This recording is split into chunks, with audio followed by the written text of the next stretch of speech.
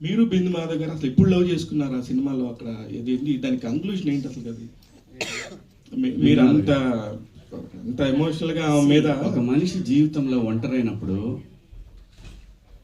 తనకు ఒక కంపెనీ కావాలి, కంపానియన్షిప్. సో ఆ కంపెనీ కోసం వాడు ఖర్చు పెట్టుకొని వెళ్ళాడు.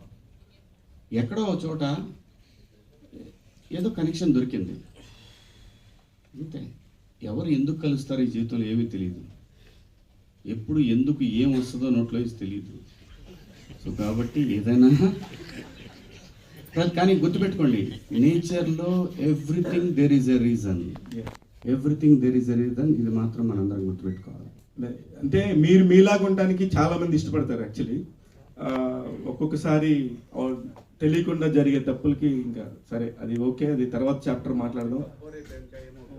అదే అందుకని ఇదే ఫస్ట్ సినిమా గురించి మాట్లాడదాం. అందుకే నేను సినిమా గురించే మాట్లాడతాను. 100% నేను సినిమా గురించి. చాలా చాలా అంటే నాకు మీరు హీరోగా చేసిన సినిమాల కంటే కూడా ఇప్పుడు మీరు శివాజీ 2.0 లాగా కనబడుతున్నారు. నవదీప్ 2.0 వేశారు, కానీ యాక్చువల్లీ మీది బాగా అనిపిస్తుంది కెరియర్. సారీ రవికృష్ణ గారు ఒకసారి సరే అసలుకి